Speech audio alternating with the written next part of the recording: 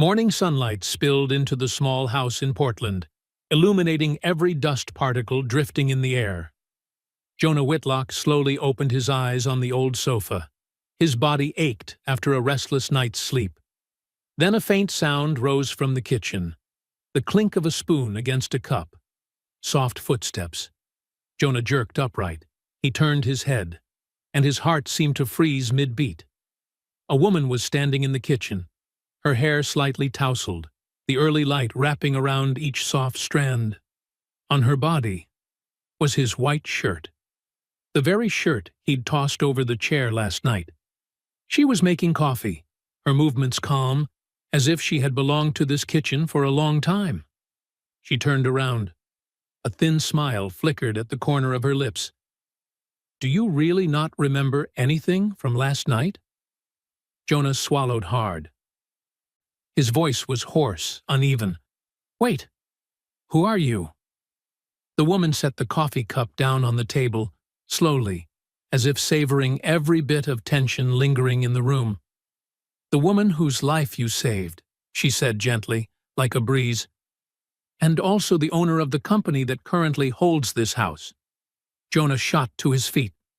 The room seemed to spin for a second. His heart pounded hard, every vein throbbing at his temples. From the hallway came a burst of giggles. Tessa, his daughter, peeked her head out of the bedroom door. Her blue eyes sparkled with curiosity. The woman looked at Tessa, then back at Jonah. In her eyes was something both unfamiliar and dangerous, as if she were hiding a secret he hadn't yet touched. "We need to talk, Jonah. If you're wondering how all of this began, remember to hit subscribe so you don't miss what happens next. This story is only beginning to unfold. After all, what does the mysterious woman in Jonah's shirt truly want from him? And what she's about to say, could it change the entire life of the Whitlock father and daughter? Jonah Whitlock, 36 years old, a mechanical engineer who once worked for a major company in Seattle. Now, he is just a freelance repairman in Portland, fixing leaking pipes, running electrical wiring for old houses. Any job that pays, he takes. His daughter, Tessa, 7 years old. Eyes blue as a summer sky, blonde hair tied high behind her head. She is Jonah's entire universe. Even though life is always a struggle, Jonah still teaches her one thing. "Tessa, we may be poor, but we never give up. Understand?" She nodded. And strangely, Tessa understood life more than most children her age. But that night, that fateful night, began with a storm. Rain poured down on the streets of Portland. Thunder roared across the sky. Jonah drove his old truck home after a 12-hour shift. His shirt was soaked with sweat and engine oil, his hands trembling from exhaustion. The truck swayed on the flooded road. The headlights flickered in the thick curtain of rain. Then he saw it. A luxury car lay tilted on the roadside, its front end rammed into a tree. White smoke rose from the hood. Flickering headlights cast a faint beam of light, like a final cry for help. Jonah hit the brakes. The truck skidded across the slick road. He jumped out, running through the rain like charging into a wall of white. Inside the car was a woman, her black suit soaked through, her white shirt stained with blood. Her expensive watch still gleamed faintly beneath the flashes of lightning. Her face was pale, a streak of blood running from her forehead down her cheekbone. The seatbelt held her tightly in place. She saw Jonah, her eyes wide, terrified. "Help me, please." Jonah didn't think, didn't hesitate. He smashed the window with his elbow. The skin split, blood mixing with rainwater. He grabbed his pocket knife, cut the seatbelt, and pulled her out. Just seconds later, the engine burst into flames. The woman collapsed against his chest, her body trembling violently. "Thank you. I can't breathe." Her breaths were shallow, rapid, full of panic. The hospital was miles away. Half the city was cut off due to flooding. There was no route that would get them there in time. Jonah made a decision within a single heartbeat. My house is nearby. We need to get there now. She nodded weakly. He drove fast, but carefully, his hands still shaking. Through the fog of rain, his small house appeared. A worn wooden home with peeling paint and a crooked fence bracing itself against the storm. Inside, he laid her on the only bed in the house. He pulled a blanket over her and leaned down to check her breathing. She was unconscious, but stable. Jonah grabbed a pillow and headed to the sofa. That would be his place to sleep tonight. Around midnight, Tessa woke up. She quietly stepped into the living room and saw her father sitting upright, his tense eyes fixed on the bedroom door. "Daddy? Who is that woman?" "She's hurt, Tessa. She needs help." "Will she be okay?" "I think so. Go back to sleep." Tessa wrapped her arms tightly around him. "You're the best person in the world." "I'm just doing what I should, sweetheart." A bolt of lightning tore across the sky, a flash of white illuminating the woman's face through the crack of the door. And in that instant, Jonah saw something in her, something indefinable. Strength. Power. A quiet authority that made others hold their breath. This was not an ordinary person. Who was she? Dawn arrived slowly. The storm had retreated, as if it had never existed. Jonah made coffee, hot steam rising in the small kitchen. He leaned into the bedroom to check on the woman once more. She was still sound asleep. He looked around. The expensive suit hung over the chair to dry, the designer handbag placed in the corner, the platinum watch gleaming on the bedside table. This woman had money. A lot of money. But last night, none of that mattered. She had simply been someone who needed help. A sound came. She was waking up. Jonah stepped back, giving her space. He went to the kitchen and began preparing breakfast for Tessa. Then he heard footsteps. He turned around. His world seemed to stop. The woman stood at the doorway, wearing his white shirt, the one he'd left on the chair. Her hair was messy, but her eyes were sharp, alert, studying him. She smiled. Soft. Intentional. "Good morning." Jonah felt his face burn. "You are wearing my shirt. You left me lying in a pile of wet clothes. I found this." Her voice was calm, confident, even slightly amused. "I hope you don't mind?" Tessa came running in, her hair still tousled from sleep. "Who are you?" The woman crouched down to be at Tessa's eye level. "Just someone your dad saved." Jonah stood frozen. This woman, in his shirt, in his kitchen, was acting as if she had belonged here for years. "I can call a taxi for you," Jonah said, his voice tense, awkward. "No need. My driver is waiting outside." "Driver." She poured herself coffee and took a sip. "He's been waiting since 6 this morning." Jonah blinked. "You could have left hours ago." "I wanted to thank you properly." She set the cup down. "And return this." She pointed at the shirt. But she didn't move. She simply smiled. A smile that felt like she was testing how he would react. Tessa burst out laughing. Jonah looked at his daughter. "Tessa, go get ready for school." "But Dad—" "Right now." Tessa pouted, but headed back to her room. The woman watched their exchange. "She's adorable. How old is she?" 7. "You raise her alone?" "That has nothing to do with you." She raised an eyebrow. "That's true." A silence sliced through the air like cold wind. Jonah lowered his head, wiping the table, doing anything to avoid her gaze. Then she opened her handbag and took out a thick, soft leather wallet. She set a stack of cash on the table. $100 bills neatly arranged. At least 2,000. To cover last night. Jonah looked at the money, then at her. "Cover what?" "You saved my life. Gave me a bed, clothes, everything." Jonah's jaw tightened. "I didn't do it for money." She shrugged. "Then consider it laundry money. Your shirt probably needs dry cleaning." Something inside Jonah cracked. He grabbed the money and shoved it back toward her. "Take it. I don't need your money." Her face remained completely calm. Most men would take it. "I'm not most men." She tilted her head, studying him as if examining the structure of a strange machine. "No, you're not."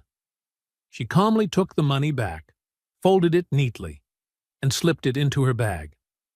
"My mistake. I thought I was being generous." "Generous?" Jonah let out a cold, bitter laugh. "You think throwing money around is generosity? You don't know what generosity is? Then explain it to me." Generosity is helping someone because it's the right thing to do, not because of debt, not because of money, just because they need it. She stood still. For the first time, a flicker of confusion crossed her usually composed face. "I understand," she said softly. "Do you, really?" Jonah turned away. "Because from what I've seen, you just tried to turn a kind act into a transaction." The air between them grew as heavy as stone. Finally, her voice lowered. "You're right. I'm sorry." Jonah didn't look at her. She walked to the door, paused, and glanced back. "What's your name?" "Jonah. Jonah Whitlock." "Jonah Whitlock." She repeated it slowly. "I won't forget." Then she left. The door closed gently behind her. Tessa peeked out with her backpack on. "Is that Daddy's girlfriend?" "No, sweetheart. She's complicated." "I think she likes you." Jonah laughed. "Oh, yeah? Why?" "Because she looked at you the way you look at pancakes." Jonah threw his head back, laughing. "Like I want to eat her? Like she makes you happy."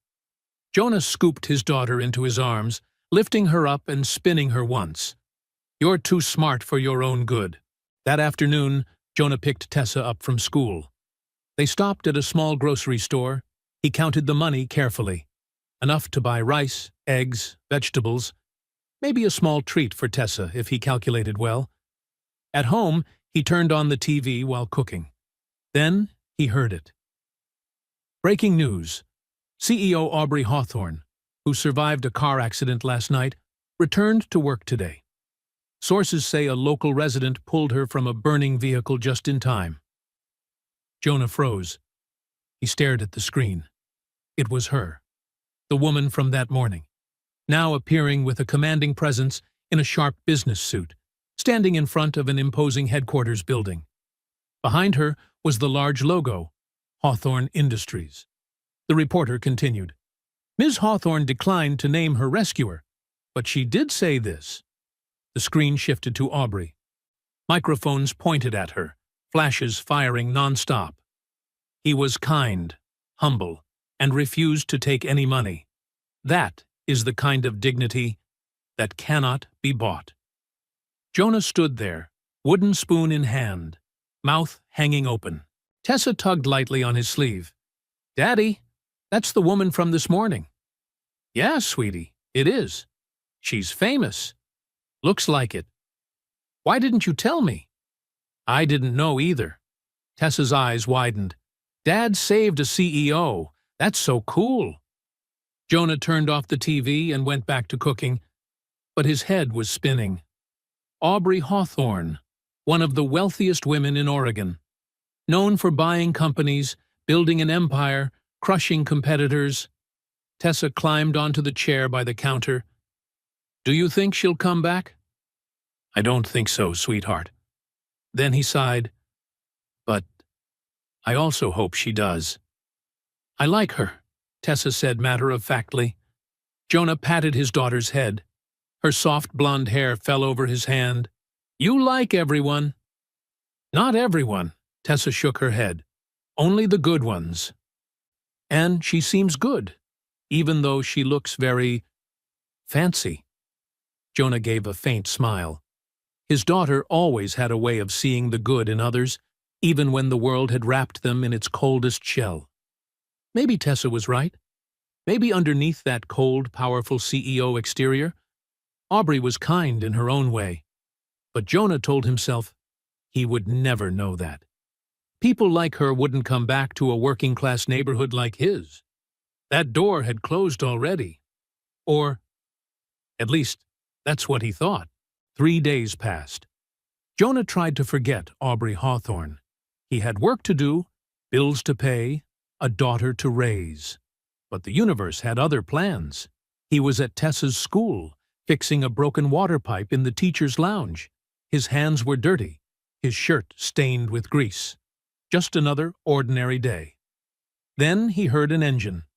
Not the kind of engine sound from the old SUVs parents usually drove to the school, but a low, smooth, expensive sound. The kind of sound like a quiet growl from a wild animal. Jonah looked up. A black luxury sedan glided into the parking lot. Dark tinted windows, sleek chrome lines. Clearly, this car did not belong in this neighborhood, much less in this schoolyard. The door opened. Aubrey Hawthorne stepped out. A white fitted suit, high heels clicking sharply on the concrete. Black sunglasses covering half her face. She didn't look around. She walked straight toward Jonah, as if this entire courtyard were her own stage. Parents went silent. Teachers turned to look. Every gaze was pulled toward her. Jonah stood up, wiping his hands on a dirty rag, leaving streaks of black oil on the fabric. "How can I help you?" Aubrey removed her sunglasses, her razor-sharp eyes locking onto his. "Mr. Whitlock, we need to talk." Jonah sighed, his voice edged with weariness. "If this is about money again..." "It's not." Her voice was firm. "It's about the truth." She took out her phone and turned the screen toward him. Security footage appeared, grainy, full of noise, with a timestamp. But the image was unmistakable. Jonah carrying her out of the burning car, his face smeared with dirt, but his eyes fierce. "You saved my life," Aubrey said, "and I haven't even thanked you properly." Jonah shrugged. "You thanked me by leaving." "That was cold." "So is turning kindness into a business transaction." The air between them grew heavy, tense, full of unsaid words. Aubrey glanced toward the playground behind him. Tessa was running around with her friends, sunlight shining on her golden hair. "That's your daughter. My whole world." Aubrey watched Tessa for a long moment. The hardness in her gaze softened. "She's lucky to have you." "I'm the lucky one." Aubrey stepped closer, her voice lower. "Jonah, I'm here to apologize and to make things right." "You don't owe me anything." "Maybe not, but I want to do this." She pulled an envelope from her bag and opened it. Inside were legal documents. Jonah immediately recognized the logo of the property management company that handled his rental. "What is this?" "I own the building you rent. As of yesterday, I bought it." Jonah's stomach tightened. "You did what?" "And as of this morning, your entire rent balance is paid." "The house belongs to you, completely free." Jonah stepped back half a step. His head spun. "You think kindness is a debt to repay? I don't need this." "This isn't about debt." Her voice was serious, sincere. "It's about starting something better." "Better for who? Your conscience?" "Better for people like you," she replied, without blinking. "People who do the right thing and never get anything for it. You deserve more than that." "I already have what I need. I sleep well knowing I helped someone. That's enough." "Is it enough?" She gestured around the school grounds. "Working yourself to exhaustion, struggling to pay bills, sacrificing everything for your daughter. This is enough? Jonah, you deserve better." "I don't need to be saved." "Everyone needs saving at some point." Her voice caught slightly. "Even me." Jonah stopped. In her eyes there was something, a tiny crack in the steel wall of a billionaire CEO. Pain, vulnerability. This story wasn't just about him. "What happened to you?" he asked. Aubrey looked into the distance. "I grew up poor, lived in a housing project. I had to climb alone. And somewhere along the way, I forgot what helplessness felt like." Until the accident. Until the accident. She gave a sad smile. You reminded me that money doesn't buy character. It doesn't buy courage. And it definitely doesn't buy the man who carried a stranger out of a fire. Jonah exhaled softly. The anger inside him dissolved. So what now? Her voice steadied. Now I do what I should have done from the start. She handed him another document. I'm starting a fund for single parents, especially single fathers. Financial support, job training, childcare. Jonah skimmed it. His eyes widened. The Whitlock Fund. I used your name. I hope that's okay. You named the fund after me? It represents the only kind of strength I truly respect. Quiet strength, honest strength, human strength. Jonah stared at the document. His name, Jonah Whitlock, printed boldly, tied to something bigger than himself. I don't know what to say. Say you'll work with me. Aubrey met his gaze. Say you'll help me find families who need support. You know this place better than I do. You want me to work with you? I want you to guide me, keep me grounded. Make sure this fund actually helps people, not my reputation. Jonah looked at Tessa. She was running around happily, unaware that her father's life was changing course. All those nights Jonah stayed awake worrying, rent, food, whether he was good enough. If I join, Jonah said slowly, we do this my way. No PR, no flashiness, just real help. Aubrey extended her hand. Agreed. Jonah shook it, her hand firm, warm, equal. Aubrey tilted her head, a playful smile appearing. Oh, one more thing. What? I still have your shirt. Jonah laughed, truly laughed. Keep it. You wear it better. A crowd had gathered around them, phones raised to record, whispers spreading through the schoolyard. A reporter squeezed in.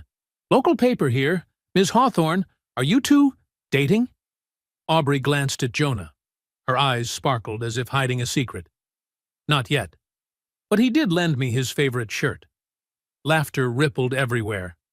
Jonah shook his head, smiling helplessly. You are impossible. I prefer the term determined, she replied, lips curving. Tessa ran over, panting. Dad, that's the lady from TV. That's right, sweetheart. Tessa looked at Aubrey, her expression unusually serious. Are you going to help my dad? Aubrey crouched to eye level, her voice soft. I'll do my very best. Do you agree? Only if you're good to my dad, Tessa said firmly. My dad is the best dad in the world. Aubrey smiled. A real smile. I can see that, and I promise. Tessa suddenly hugged her. A simple hug, but it made Aubrey freeze. Then, slowly, she hugged back. When the girl ran off toward her friends, Aubrey stood up, her eyes slightly wet. She's wonderful, she whispered. She's the reason for everything I do, Jonah said. Aubrey nodded. Then let's make sure you don't have to struggle anymore. She turned and walked toward her car. At the door she paused, glanced back. I'll send the paperwork this week. And Jonah? What? Thank you for reminding me why I started this company. Why? To help the people who once helped me, when I had nothing. She stepped into the car, the door closing. The sedan glided away like a whisper. Jonah stood there, the documents in his hand, heart pounding. His life was really changing. That night, after Tessa went to sleep, Jonah sat alone in the dark living room. The envelope from Aubrey lay on the table. He hadn't opened it yet. Jonah reached out and touched the edge of the paper. His fingers trembled slightly, as if what was inside wasn't paperwork, but something that could change his entire life. And then the memories came back. Camille, his wife. Shimmering red hair, a warm smile, hands that always knew how to make the world feel lighter. She had died 3 years ago. Stage 4 breast cancer. A battle that was too long, too painful. He remembered the endless nights spent in the hospital, The constant beep, beep of the machines, the bitter smell of antiseptic burning in his throat. He remembered Camille's small hand in his, growing weaker day by day. On the final night, she looked at him, her voice barely a breath. "Jonah, don't let our daughter go without. Promise me. I promise. And don't close your heart. She deserves happiness. Camille, promise me." Tears streamed down his face. "I promise."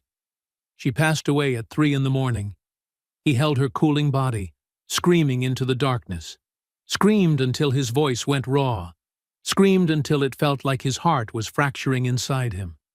From that day on, Jonah threw himself into work like a man running from his own heart.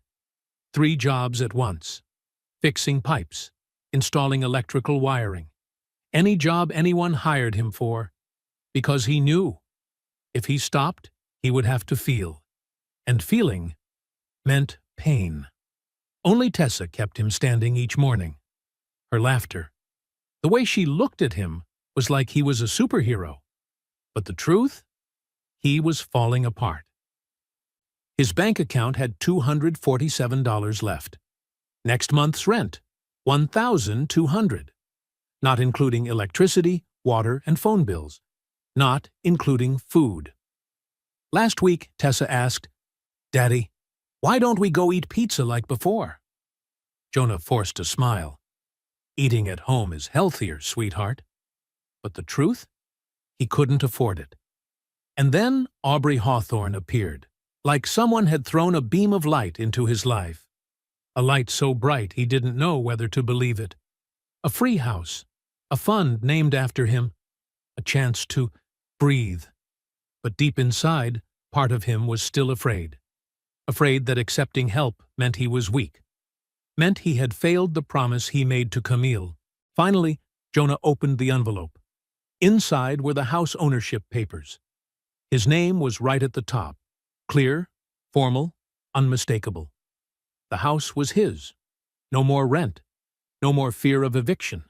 No more storm clouds hanging over him at the end of every month. He bent forward and burst into tears. Not ordinary tears, but guttural sobs from the deepest part of his chest. The cries of a man who had held everything in for far too long. At that moment, the bedroom door opened softly. Tessa stood in the doorway, clutching her stuffed bear. "Daddy?" Jonah quickly wiped his face. "Sweetheart, why aren't you asleep? I heard you crying." She walked toward him, climbed onto the sofa, and curled into his arms, just like she had since she was tiny. "Are you sad because of Mom?" Jonah's tears returned, despite his efforts to hold them back. "Sometimes. I miss your mom very much." Tessa rested her head on his shoulder, whispering, "Mom would be proud of you. You're doing so good." Jonah swallowed hard. "You think so?" "I know so. You're the best dad ever. And now Ms. Aubrey is going to help us. Mom would like that." Jonah hugged her tightly, holding on to the only thing keeping him from collapsing into the abyss. "I love you, Tessa. I love you too." The two of them sat in that warm darkness for a long time, holding each other, breathing together, healing wounds that the eyes couldn't see, but the heart remembered forever. Meanwhile, in the highest penthouse in downtown Portland, Aubrey Hawthorne stood silently before the wide glass window. The city beneath her glowed like a galaxy, beautiful, magnificent, and cold to the point of cruelty. She held a glass of red wine in her hand, but didn't drink a single drop. On the table, Jonah's white shirt was neatly folded, clean. She had washed it herself, dried it, and kept it. Not because she forgot, but because she didn't want to return it. Aubrey lifted the shirt close to her face, the scent of cheap soap, the smell of hand-washing from real homes, real families. A single tear fell, sudden, without warning. For a moment, she was 12 again. Foster home number 7. Dinner was dry bread and water. She was so hungry that she stole an apple from the fridge. Mr. Smith, the balding man with the stench of alcohol, slapped her across the face. "Thief!" He whipped her 5 times across the back. The red welts burned like fire. Aubrey didn't cry. She learned how not to cry from that day onward. Age 14. A group home. The girls shoved her head into a locker, laughing. "You'll never be anything. A child nobody wants." Age 16. Aubrey gave up hope. She slashed her wrist in the bathroom, warm water mixed with red blood into a pale pink. A social worker found her and saved her. But no one asked, "Why are you hurting so much?" Age 18. She earned a full-ride scholarship, business major, studied 20 hours a day. No friends, no dating, no weakness, just one goal: never be looked down on again. Age 25. Aubrey became the youngest CEO in the company's history. Wealthy, powerful, standing at the top of the pyramid. She built herself a fortress made of money, achievements, and untouchability. But that fortress was very lonely. No one loved Aubrey for who she was. They loved her power, her bank account, the Hawthorne name behind her, until Jonah. He didn't know who she was, didn't know how wealthy she was. He saved her because it was the thing a person should do. He shoved money back into her hands because he had dignity money couldn't buy. For the first time in 20 years, someone looked at Aubrey Hawthorne and saw a human being.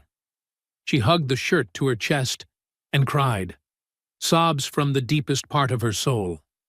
Painful, but the kind of pain that made her heart come alive again. Her phone vibrated, a message from her stepmother, Vivian Hawthorne. "I heard about your hero. Don't be foolish, Aubrey. Men like that only want your money. You're embarrassing the family." Aubrey stared at the venomous words, not angry, just tired. She deleted the message, then blocked the number. Vivian was not someone she needed. She never had. Right now, Aubrey thought only of Jonah, of Tessa, of that feeling of belonging, the feeling she had never experienced anywhere, with anyone. For the first time in her life, Aubrey Hawthorne realized she no longer wanted to return to that lonely fortress at the top. She wanted to move toward the small, worn house where that man lived, and where little Tessa smiled at her as if she had belonged there for a very, very long time.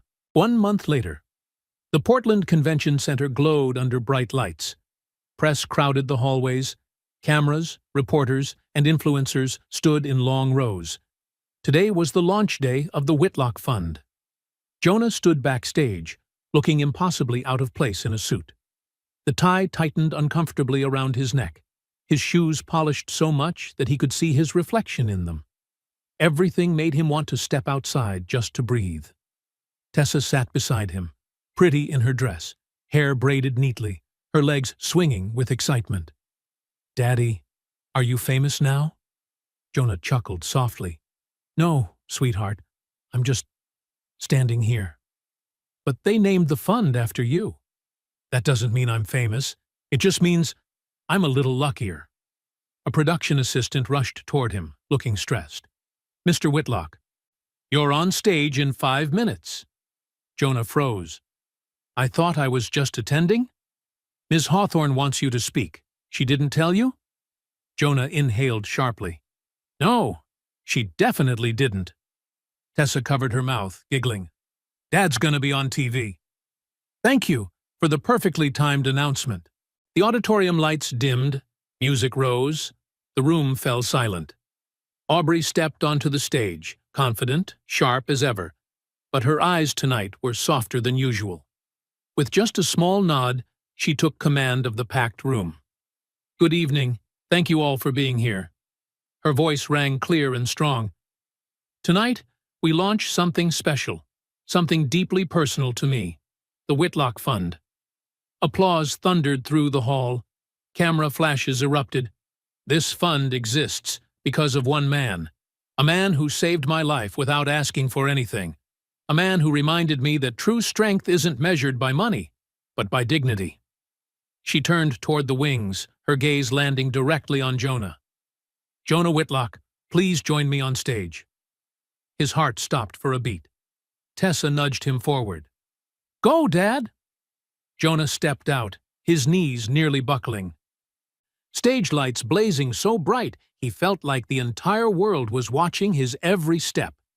The crowd rose to their feet, clapping thunderously. Aubrey handed him the microphone, whispering, "Say something." He looked at her as if to say, "You're really throwing me into this? You didn't warn me. I wanted it to be real." She smiled slightly. "Speak from the heart." Jonah turned to face the audience. Hundreds of faces, hundreds of expectant eyes were waiting for him to speak. "I'm not good at speeches," he began, his voice hoarse and slightly shaky. "I'm just a repairman. I fix pipes, change light bulbs.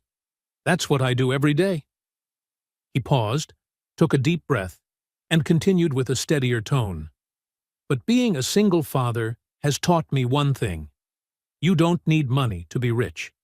You need people who believe in you. You need moments that remind you why you have to keep going." He glanced toward Aubrey, his eyes softening. "That stormy night, I didn't save Aubrey to be recognized. I saved her because it was the right thing to do. But somehow, that moment changed everything." He turned back to the audience. "She could have forgotten me, gone back to her busy life. But she didn't. She came back. She listened. She genuinely cared. That," he paused, "is rare." The entire room was silent, hanging on every word. "The Whitlock Fund isn't about me. This fund is for every parent trying their best each day. The dads are working 2 or 3 jobs. The moms stretch every dollar. The people who feel invisible." Jonah's voice grew stronger, more confident. "You are not invisible. You matter. And now you have support. Real support." The crowd rose to their feet. Applause exploded like fireworks. The auditorium shook. Jonah stepped back, overwhelmed by a feeling he had never experienced before. Aubrey stepped forward, took his hand, and squeezed gently. "Perfect," she whispered. After the event, Jonah and Aubrey stood in the quiet hallway behind the auditorium.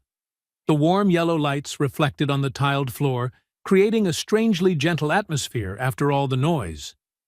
Nearby in the lobby, Tessa was fast asleep on a long sofa, her head resting on her tiny stuffed bear. Aubrey opened her bag and took out a small, elegant box. "I have something for you," she said, her voice soft but firm. Jonah shook his head. "You've given me enough." "Just open it." He lifted the lid. Inside was a pen engraved with the words, "For the man who doesn't sell kindness." Jonah felt his throat tighten. "You didn't have to do this." "I know." Aubrey stepped closer, close enough that only a breath separated them. "But I wanted to, because you deserve it." Her gaze softened. "You changed my life, Jonah." He gave a small, genuine smile. "You changed mine, too."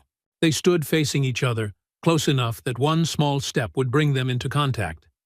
The air between them felt electric, tense and warm at the same time. Aubrey leaned in slightly and whispered, "I still have your shirt."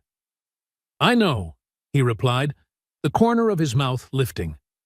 "I saw you wearing it in that article last week." She let out a soft laugh, the gentlest sound he had ever heard from her. "It's my favorite shirt now." "Mine too," Jonah teased, "even though you're the one wearing it.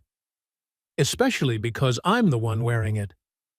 Her smile this time was truly warm, free of the familiar guardedness of a powerful CEO. "You're full of surprises, Jonah." He looked into her eyes. "So are you, Aubrey." Behind them came a clear throat-clearing sound. The event photographer. "Sorry. May I get a photo for the website?" They stood side by side, professional, composed, but their hands brushed lightly at the hem of her jacket. Neither pulled away. Flash. The moment was captured. A moment neither of them expected. A moment that marked the beginning of something real, warm, and very possibly destined. 1 year passed gently, like a dream. Jonah stood inside his small repair shop. The sign hanging at the door read clearly, Whitlock Mechanics, in partnership with the Whitlock Fund. He wiped the grease from his hands with an old rag. This was his shop. Small, simple, but tidy and warm. Every corner was the result of years of relentless hard work. The doorbell chimed. Aubrey walked in. She wore the white shirt, his shirt, paired with jeans, and her hair falling softly around her shoulders. She looked both relaxed and so stunning that he momentarily lost his words. "Still fits," she said, a faint smile on her lips. Jonah chuckled. "You still enjoy stealing my clothes." "Borrowing," she corrected, her eyes glimmering with playfulness. "Right, of course." Aubrey walked around the shop, gently touching the toolkit, the drill, and each item he kept with such care. "This place is perfect," she said with certainty. "It's small, but it's honest, like you."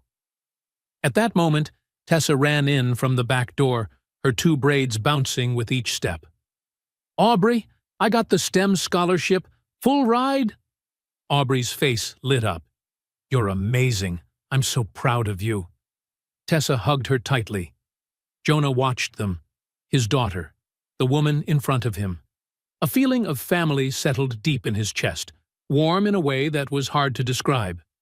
Tessa ran back to finish her homework. The shop grew quiet again. Aubrey turned back to Jonah, not with the look of a powerful CEO, but with the gaze of a woman carrying her whole heart in her hands. "I have something for you," she said. Jonah raised a brow. "Another gift?" "Open it tomorrow," she said softly. "Promise?" She handed him a cream-colored envelope, sealed carefully. "What's inside?" Jonah asked, his heartbeat beginning to quicken. "A question I'm afraid to ask." "Afraid?"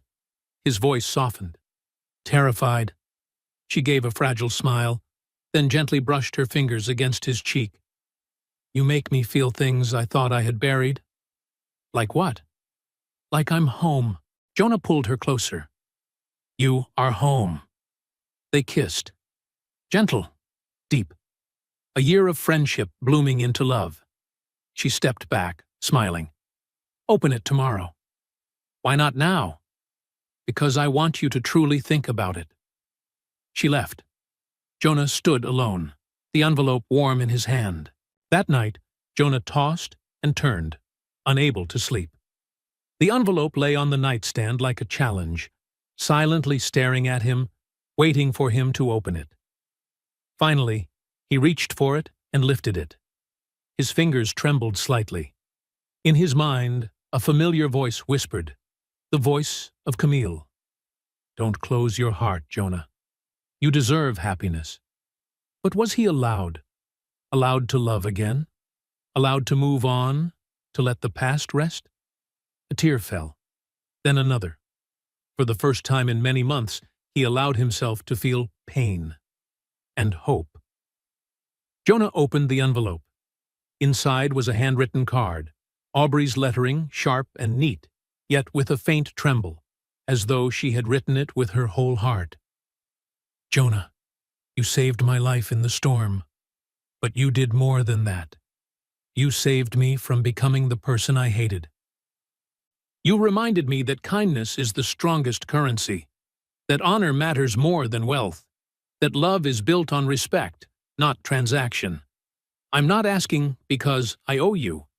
I'm asking because I cannot imagine life without you, without Tessa, without the man who shoved my money back at me and taught me what dignity truly is. Will you marry me? A." The second page was a printed invitation. The wedding of Aubrey Hawthorne and Jonah Whitlock. Jonah's hands shook violently.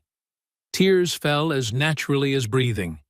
He laughed and cried at the same time, feeling his heart clench, but in a way that was sweet beyond belief. Tessa appeared in the doorway, clutching her stuffed bear, eyes still sleepy. "Daddy, why are you crying?" Jonah wiped his tears, but the smile on his face couldn't be hidden. Because something impossible just became possible, sweetheart. Is Miss Aubrey going to be my mom? He lifted his daughter and spun her gently. Do you want her to be? More than anything. Then yes, he whispered, she's going to be your mom. Tessa squealed with excitement and hugged his neck tightly. The two of them danced around the kitchen, their laughter filling the small house like sunlight pouring through every window. Their lives were about to change again. But this time, it was right. It was beautiful. And it was built on love. The kind of love both of them thought they would never find again. But happiness, like always, never came easily. The next morning, Jonah's phone buzzed nonstop. Messages, calls, and emails poured in all at once. He opened social media, and it felt like someone punched him straight in the chest. The biggest headline on the news feed: CEO Hawthorne buys her hero? Romance scandal or PR stunt? A photo of Jonah and Aubrey together at the event had been taken from the worst angle possible. Below the image were rows of vicious headlines. She bought him a house. He saved her. How convenient. From plumber to CEO's fiancé, fairy tale or brand-boosting scheme? Insider source: Whitlock exploited the accident to get paid. Jonah's stomach twisted. He scrolled down to the comments, and things got even worse. Obviously, he's after her money. She bought him. Simple. Why do rich women always end up with losers? Each word sank into his chest like a cold blade. His phone rang. Aubrey's name appeared. Jonah answered. Jonah, did you see it? I saw. I'm sorry. I'll take care of it. No. His voice suddenly hardened, cold as steel. I'll handle it myself. He hung up before she could say anything else. At school, things were even worse. Tessa ran home in tears, her face red from humiliation. They said Daddy is a freeloader. Said Miss Aubrey paid you to... She choked. Each word came out like it was being carved from her throat. Jonah pulled her close to his chest. His body trembled slightly with anger and helplessness. Don't listen to them, sweetheart. I didn't sell my soul. But that night, after Tessa fell asleep, Jonah lay awake in the dark. A storm of doubt tore through him, ripping at the seams of his heart. Was he living off someone's pity? Was he taking advantage of her without realizing it? Would Camille be disappointed in him? Those questions pressed on his chest like a stone. For the first time since meeting Aubrey, Jonah felt like he might lose everything. The next day, Aubrey called. Jonah, I need you to come to my place, tonight. Why? My family wants to meet you. Jonah's heart sank. Aubrey, please. For me, the Hawthorne estate. It was so large it looked more like a five-star hotel than a private home. Tall iron gates, a lawn as big as a golf course, house staff moving with the precision of a trained unit. Jonah stood at the door in the only suit he owned. In that moment, he felt like someone who had been placed in the wrong world entirely. Aubrey opened the door for him, a sharp black suit, her hair in a neat bun, the familiar cold CEO expression on her face, but her eyes full of fear. Inside, the dining room was so long that voices echoed back. The table could seat 20 people. At the head sat Vivian Hawthorne, Aubrey's stepmother, 60 years old, perfectly silver hair, diamonds glittering on her neck and wrists, her gaze so cold it could freeze the room itself. Beside her was Derek Hawthorne, the half-brother, 40, an Armani suit, a plastic smile glued to his face. The moment Jonah stepped inside, they looked at him as if he were a stain on the marble floor. Sit down, Mr. Whitlock. Vivian's voice was sharp as a blade. Jonah sat. Aubrey sat beside him, her hand gripping his tightly under the table as if to steady herself. And him. Vivian took a sip of champagne and set her glass down. So, you're the hero. I just did what anyone should do. Right. And now you have a free house, a foundation named after you, and you're about to marry the richest woman in Oregon. She let out a mocking laugh. Very convenient. Mother, Aubrey warned. Be quiet, Aubrey. I'm talking. Vivian leaned toward Jonah. What do you want? Money? I can write a check right now.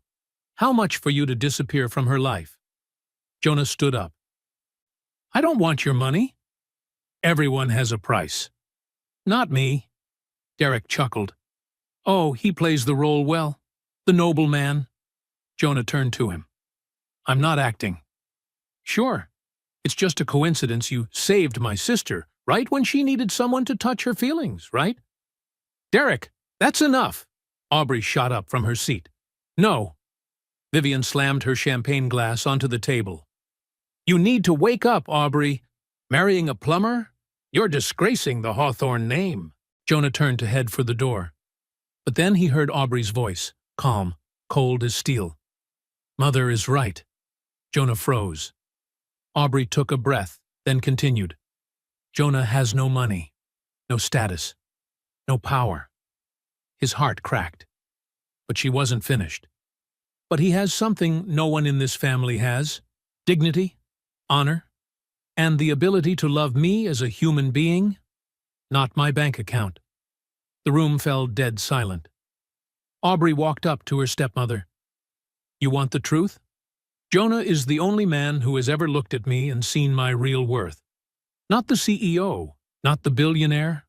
Aubrey. A person. Her voice trembled, but her resolve held firm. For the first time in my life, I feel enough.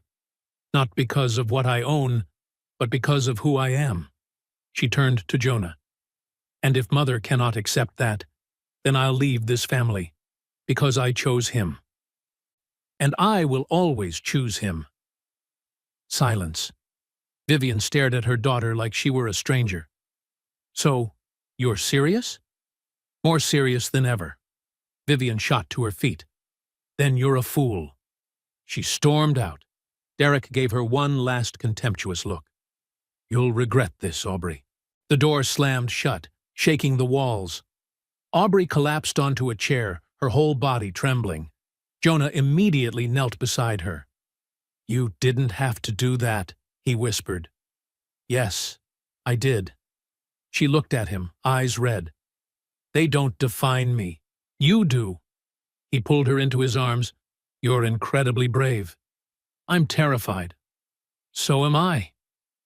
In that massive, cold, empty house, they held each other. Just the two of them. And for them, that was enough.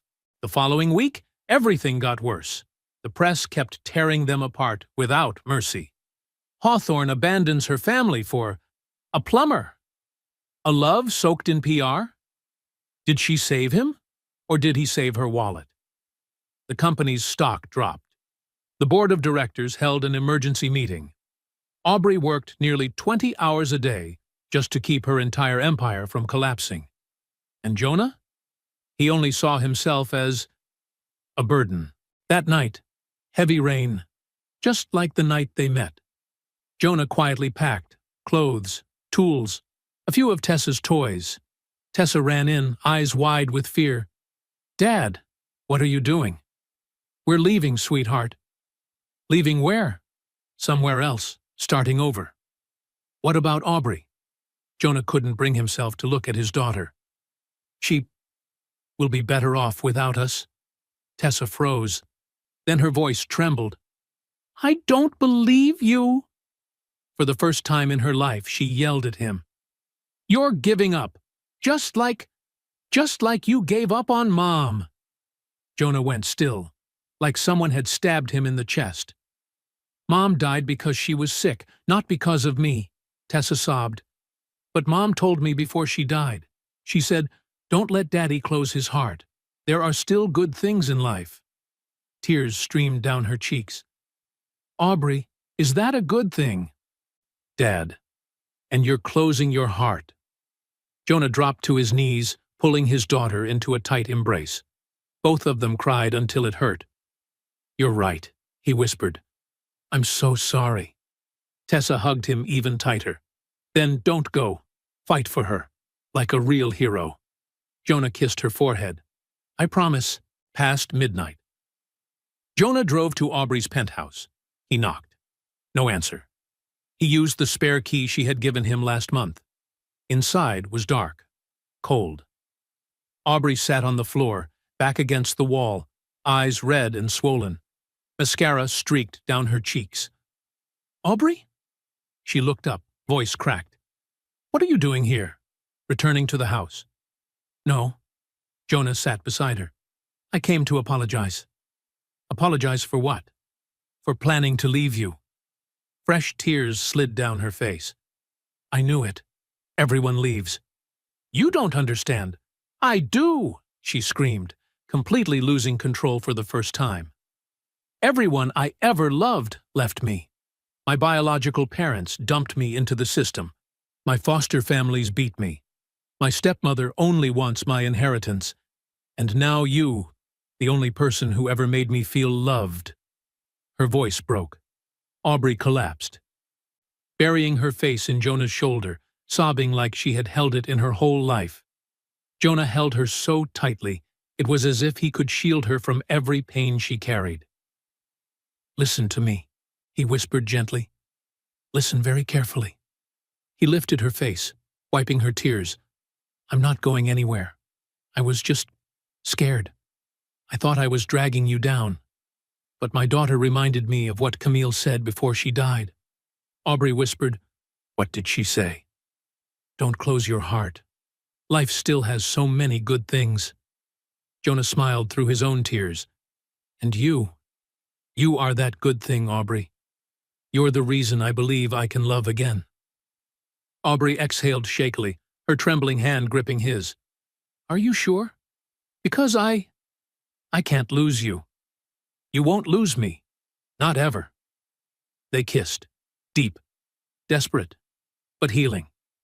When they pulled apart, Aubrey whispered, I still need an answer. An answer? The letter I wrote. Jonah laughed softly, like breathing. Yes. She blinked. Yes?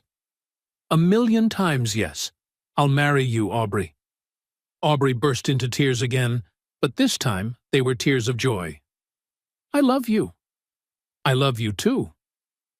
They sat leaning into each other on the floor, under the faint glow of the city lights, until dawn broke. Two souls once shattered, now found each other. The next morning, Aubrey called a press conference. All the major news outlets were present. Cameras flashed brightly. Microphones crowded the table. The atmosphere was so tense, you could practically hear each person's heartbeat. Aubrey stepped up to the podium, standing firm, exactly like the CEO the whole world had seen her be. But right beside her, Jonah stood, calm but a little awkward. And behind them, Tessa, in her cute pink dress, looking up with pure pride. Thank you all for coming, Aubrey began. Today, I have an announcement. Camera flashes exploded immediately. This past week, the media has raised many questions about my relationship, she said, her voice steady but slow.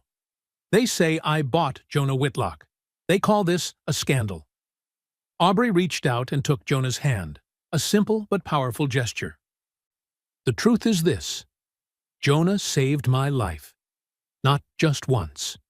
He pulled me out of a burning car during the storm, and then saved me again from a cold, lonely life where money was the only measure of worth. Her voice caught for a brief moment, but her gaze remained unwavering. He taught me that kindness cannot be bought, that love is not a transaction, and that family is where people love you for who you are. Aubrey turned to Jonah. Then, in front of the entire press, she slowly knelt down. The whole room seemed to stop breathing.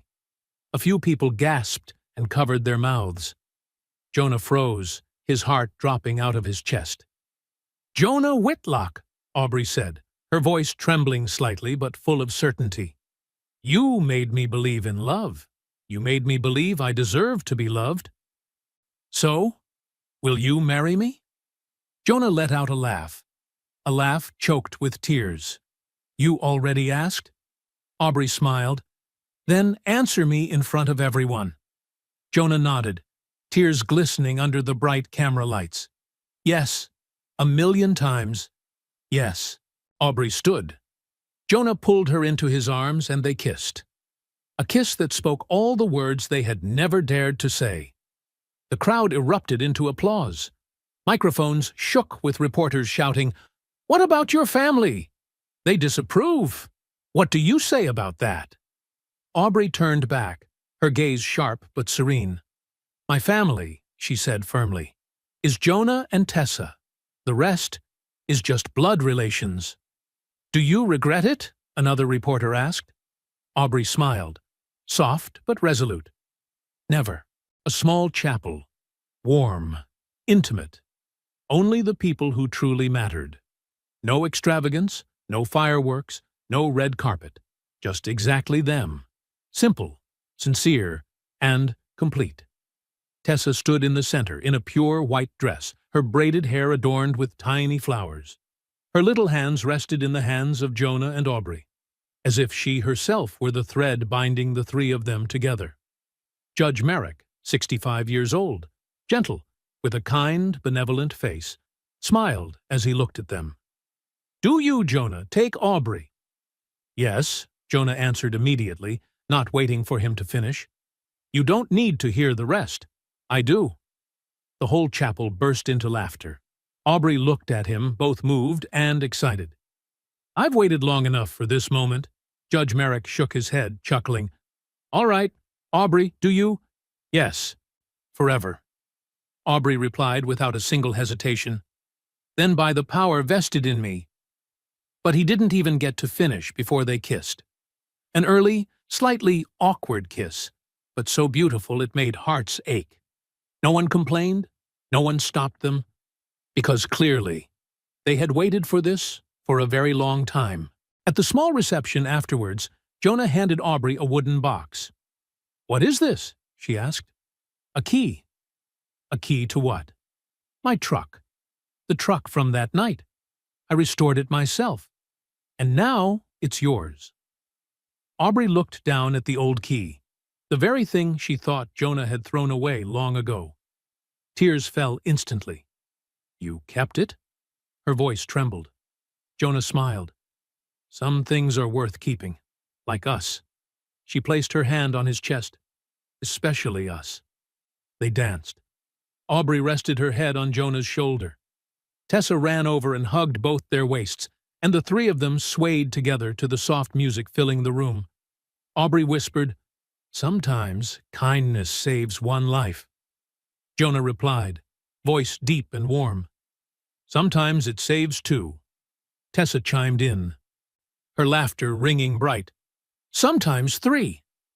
They held each other as the sun set, warm orange light washing over the three of them like the universe's blessing. 5 years passed like a long dream. Jonah now ran the Whitlock mechanics chain with 5 branches across Oregon. Each shop hired single parents, people who needed a second chance to stand back up. Aubrey resigned as CEO, dedicating all her time to operating the Whitlock Foundation. The foundation now supported more than 5,000 families each year.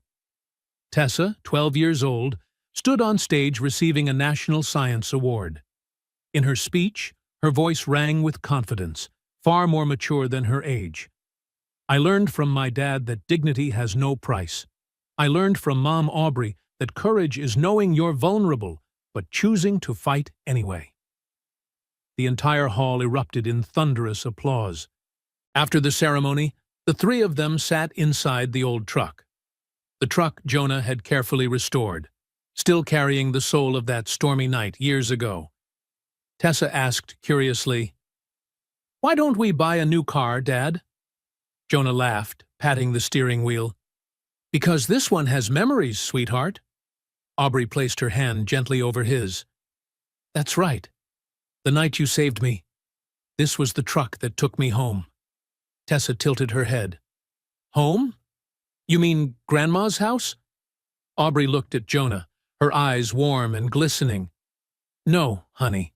Home, as in where your dad is, where I first felt accepted." They drove through Portland under the sunset. The city sparkled, as if blessing everything they had been through. Jonah asked, half teasing, half serious, "Do you regret it? Leaving an entire empire for me?" Aubrey laughed. "Are you kidding? I have everything. You, Tessa, a family. But you used to have an empire. An empire that was cold. This family is what's warm." From the back seat, Tessa chimed in, "You two are so sweet, it's ridiculous." They burst into laughter. The truck stopped at the park, the same place where, during the hardest days, Jonah could only bring Tessa because he couldn't afford anything else. The three of them sat down on the grass. Tessa chased butterflies, her laughter floating through the breeze. Aubrey rested her head on Jonah's shoulder. "Can you believe it? How did everything begin?" "From a storm. From an accident. I thought I was just helping a stranger on the road. But you saved me. You saved me too. From a life of surviving, not living." Aubrey lifted his face and kissed him softly. "We saved each other." Tessa ran back, holding a bunch of wildflowers. "For Mom." Aubrey accepted them, eyes turning misty. "Thank you, Angel. I love you, Mom." "I love you too." The three of them lay on the grass, watching the clouds drift slowly. The wind carried the scent of a peace they had fought hard to earn. Jonah said quietly, "Camille would have loved you." Aubrey blinked. "You really think so?" "Absolutely. She always wanted Tessa to have a mother who loved her." Aubrey swallowed a lump in her throat. "I'm trying my best." "You're doing an amazing job." Tessa hugged them from behind, her voice bright as sunlight. "You know what? I'm the luckiest kid in the world." "Why do you say that?" Jonah asked. "Because I have two moms who love me. One mom in heaven, and one mom who's hugging me right now." Aubrey couldn't hold back. She pulled Tessa into a tight embrace. "You're too smart for your own good, little Tessa." They sat there, wrapped in each other's arms, as the first star appeared in the sky. If you've watched until this moment, thank you from the bottom of my heart. The stories I tell always center on kindness, healing, and the small miracles of life. If you want to hear more journeys like this, stories that make us believe in love, in kindness, and in people, don't forget to subscribe to the channel, turn on notifications, and leave a comment. Which part of today's story touched you the most? See you in the next story. Thank you for being here.